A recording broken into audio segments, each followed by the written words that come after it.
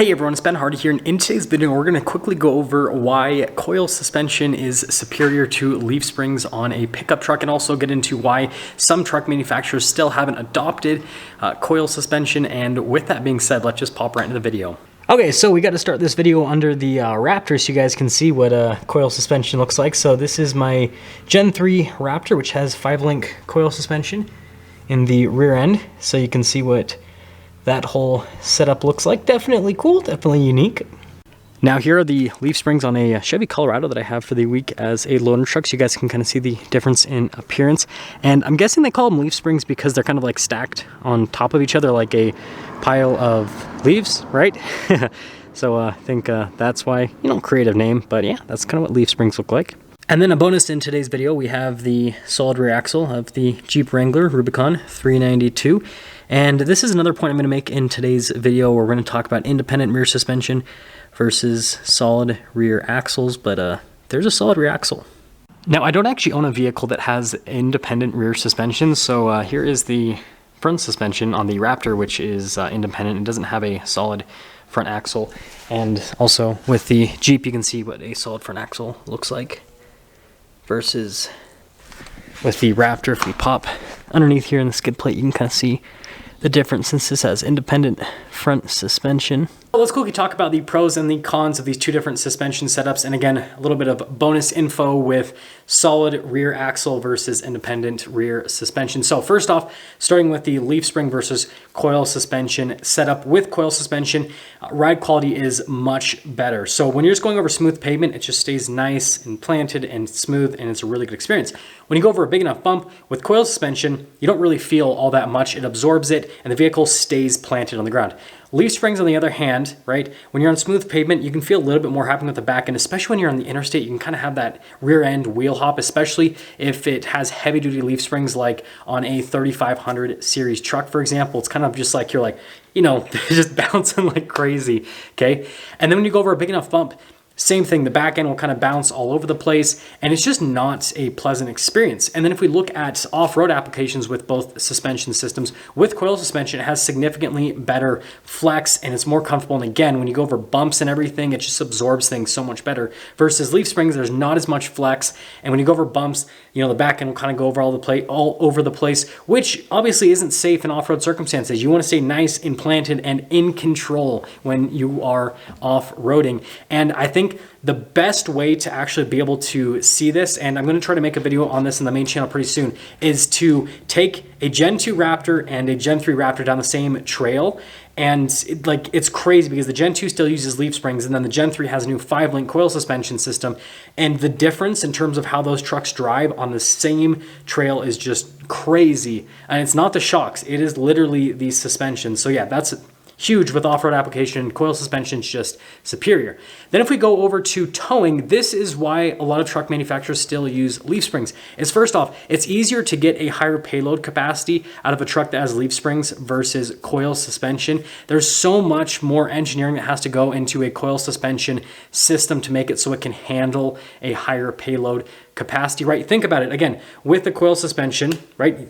Because of that extra flex and everything it has, that's great when you want a smooth ride quality, when you be able to take big bumps and stay nice and planted on-road circumstances and off-road circumstances. But once you load that up, right, that kind of becomes a little bit of an issue. So there's quite a bit that has to happen to make it so that system can stay stiff enough to be able to handle a load in the bed of a truck. Versus leaf springs, right? With the setup and everything, with how they distribute the weight, it's just a much better system for basically hauling stuff. And you can actually really perceive this when you load up a truck with a bunch of stuff in the bed and it has leaf springs, and the ride quality is so much better because those springs are just waiting to get loaded up, right? Versus you see a truck with coil suspension get loaded up and the back end will, start sagging pretty quickly, right? And so there is that application. And I think this is best shown in some new trucks. So for example, with the new Toyota Tundra, that new truck weighs significantly less than the previous generation Tundra. The previous generation Tundra used leaf springs. The new Tundra uses coil suspension. And the new Tundra has like the same payload capacity as the old Tundra.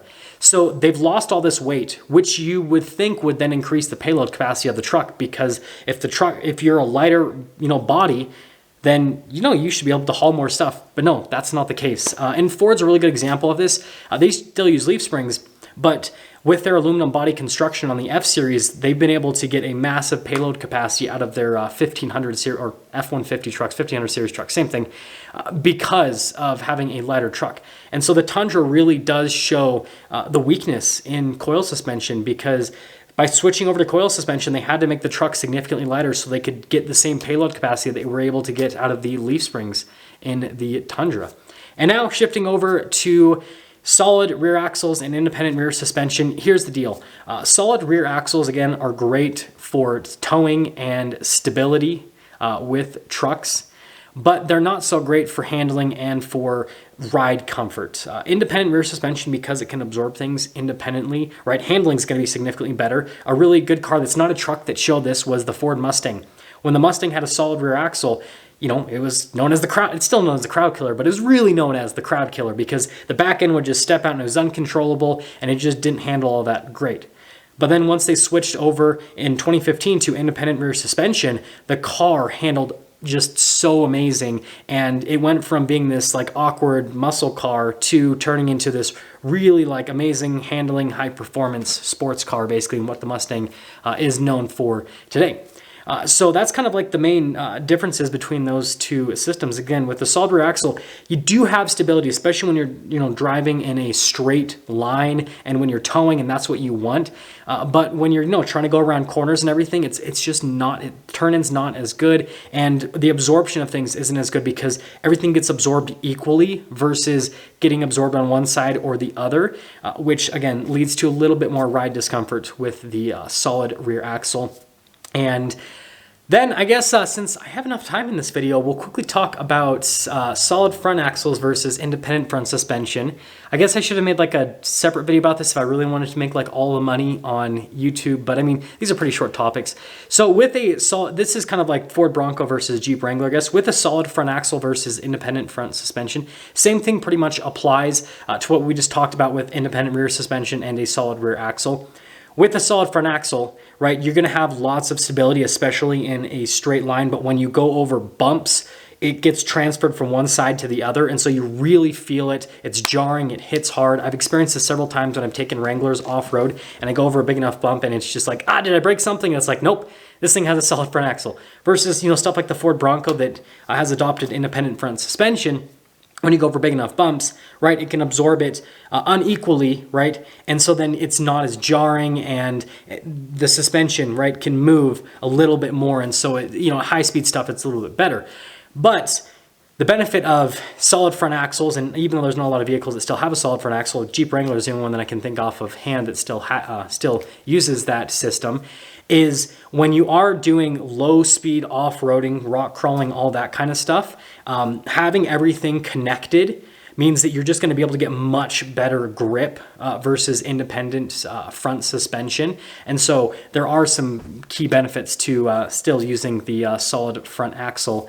And so, yeah, I guess that's today's video, going over, leaf springs versus coil suspension, independent rear suspension versus solid rear axle, and then solid front axle versus independent front suspension as well. I want you guys to let me know what your favorite setup is, because obviously there's different vehicles that have different setups. Like most pickup trucks, for example, use independent front suspension, solid rear axle, and it's like a 50-50 split between leaf springs and coil suspension.